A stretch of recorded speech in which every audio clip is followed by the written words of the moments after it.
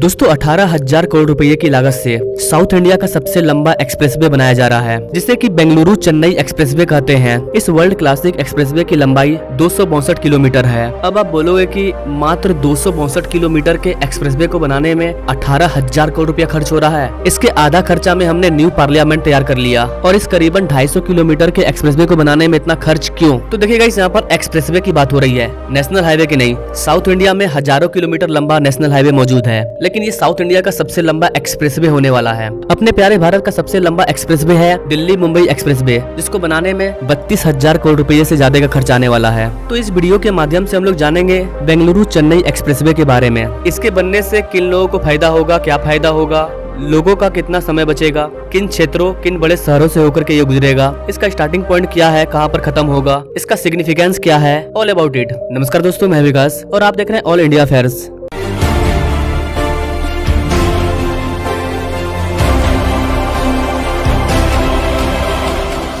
दोस्तों एक्सप्रेसवे जहां से भी होकर के गुजरता है वो एरिया इंडस्ट्रियल कॉरिडोर के रूप में उभर जाता है, और बताया जा रहा है कि बेंगलुरु चेन्नई एक्सप्रेसवे के बनने से इन दोनों शहरों के बीच में एक इंडस्ट्रियल कॉरिडोर बन जाएगा। एक्सप्रेसवे बनने का मतलब ही है कि अब आपका काम एक्सप्रेसवे के जैसा होगा, आपका काम काफी स्पीड हो जाएगा। और यही कारण है कि इसके बगल में बड़ी बड़ी industry, factory, offices, travel and logistic का इकोनॉमिक फायदा होता है। रियल एस्टेट की प्राइस काफी ज्यादा बढ़ जाती है। किसानों को अपने चीजों को शहरों में बेचने में, लाने ले जाने में बहुत ही कम समय लगता है, क्योंकि अभी बेंगलुरु से चेन्नई का सफर तय करने में लगभग 6 से 7 घंटा का समय लगता है। लेकिन इस वाले एक्सप्रेसवे की वजह से ये समय घट करके 3 से 4 घंटा हो जाएगा। इस वाले एक्सप्रेसवे का आगे जाकर के फ्यूचर में कई प्लानिंग है। अभी तो इसे 4 लेन के तौर पे बनाया जाएगा, बाद में इसे 8 लेन कर दिया जाएगा। इसके अलावा अभी ये चेन्नई तक जा रही है, आने वाले टाइम में इसको चेन्नई पोर्ट से जोड़ दिया जाएगा, यानी कि ये पूरा एक्सप्रेसवे एक इकोनॉमिक कॉरिडोर बन जाएगा, क्योंकि चेन्नई पोर्ट के माध्यम से दुनिया भर की जो भी चीजें यहाँ पर आएगी उसे डायरेक्ट इस वाले एक्सप्रेसवे के जरिए मेन बेंगलुरु में भेज दिया जाएगा। तो ये एक तरह से इकोनॉमिक कॉरिडोर बन जाएगा। इम्पोर्ट एक्सपोर्ट में काफी आसानी होगी। बेंगलुरु चेन्नई में जो भी चीज बनेगा उसे आसानी से पोर्ट पर ले जाया जाएगा,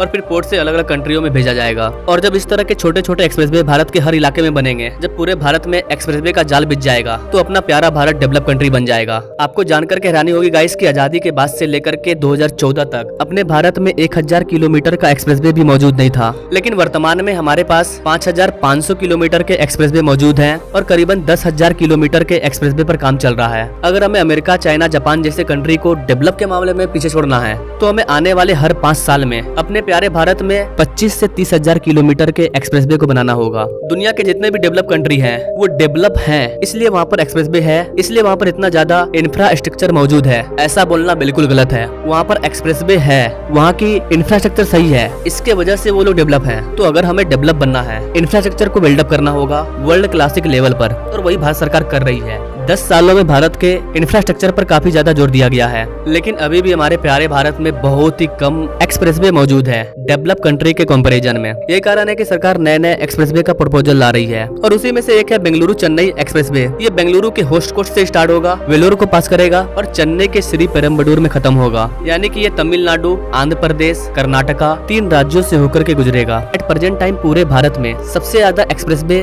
उत्तर प्रदेश में मौजूद है। योगी आदित्यनाथ का टारगेट ही है यूपी को 1 ट्रिलियन की इकोनॉमी बनाना है।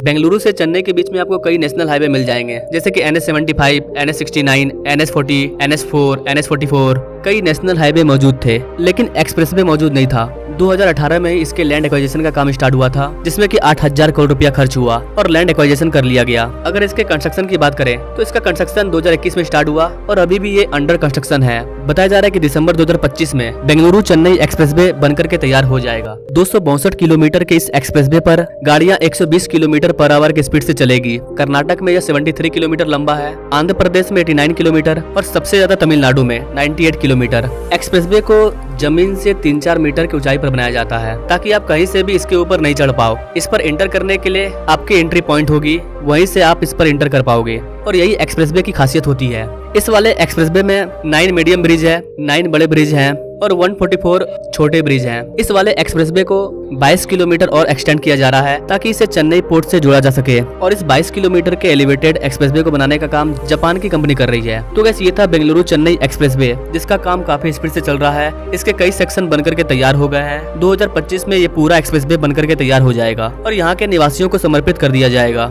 वैसे गाइस, आप बेंगलुरु चेन्नई एक्सप्रेसवे के बारे में क्या कहना चाहते हैं? क्या भारत में हमें ज्यादा से ज्यादा एक्सप्रेसवे बनाने की जरूरत है? क्या सोचते हैं गाइस आप इस चीज के बारे में? में कमेंट करें और ऐसे ही लेटेस्ट अपडेट के बारे में जानने के लिए हमारे चैनल से जरूर जुड़े। मिलते हैं अगले वीडियो में एक नई जानकारी के साथ, तब तक के लिए जय हिंद।